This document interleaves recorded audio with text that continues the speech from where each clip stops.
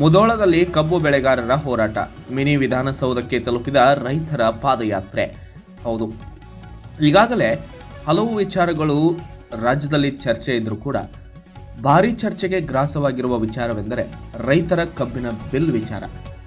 ಇದು ಈಗ ಎಲ್ಲೆಡೆ ರಾಜ್ಯದಾದ್ಯಂತ ಈಗಾಗಲೇ ಬೆಳಗಾವಿ ಜಿಲ್ಲೆಯಲ್ಲಿ ತನ್ನದೇ ಆದಂತಹ ಹವಾವನ್ನು ಕ್ರಿಯೇಟ್ ಮಾಡಿ ಈಗ ಶಾಂತಿ ರೀತಿಯಲ್ಲಿ ಇದ್ರೆ ಇತ್ತ ಅನ್ನದಾತರು ಮತ್ತೊಂದೆಡೆ ಸಿಡಿದೆದ್ದಿದ್ದಾರೆ. ಅದು ಎಲ್ಲಿ, ಹೇಗೆ, ಯಾರು ಅಂತೀರಾ? ಬನ್ನಿ ನಾವು ತೋರಿಸ್ತೀವಿ. ಮುಧೋಳದಲ್ಲಿ ಕಬ್ಬು ಬೆಳೆಗಾರರಿಂದ ಹೋರಾಟ ವ್ಯಕ್ತವಾಗಿದ್ದು ಮಿನಿ ವಿಧಾನಸೌಧಕ್ಕೆ ರೈತರ ಪಾದಯಾತ್ರೆ ಹೋಗಿ ಈಗ ತಲುಪಿದೆ. ಇನ್ನು ಇದೇ ಆವರಣಕ್ಕೆ ಮುತ್ತಿಗೆ ಹಾಕಿದಂತಹ ನೇಗಿಲ ಯೋಗಿಗಳು ಮುಖ್ಯ ದ್ವಾರದ ಬಳಿ ಅನ್ನದಾತರನ್ನ ಪೊಲೀಸರು ತಡೆ ಹಿಡಿದಿದ್ದಾರೆ. ಈ ಸಂದರ್ಭದಲ್ಲಿ ಮಿನಿ ವಿಧಾನಸೌಧದ ಒಳಗೆ ಪ್ರವೇಶಿಸದಂತೆ ಪೊಲೀಸರು ಯತ್ನಿಸಿದ್ದಾರೆ.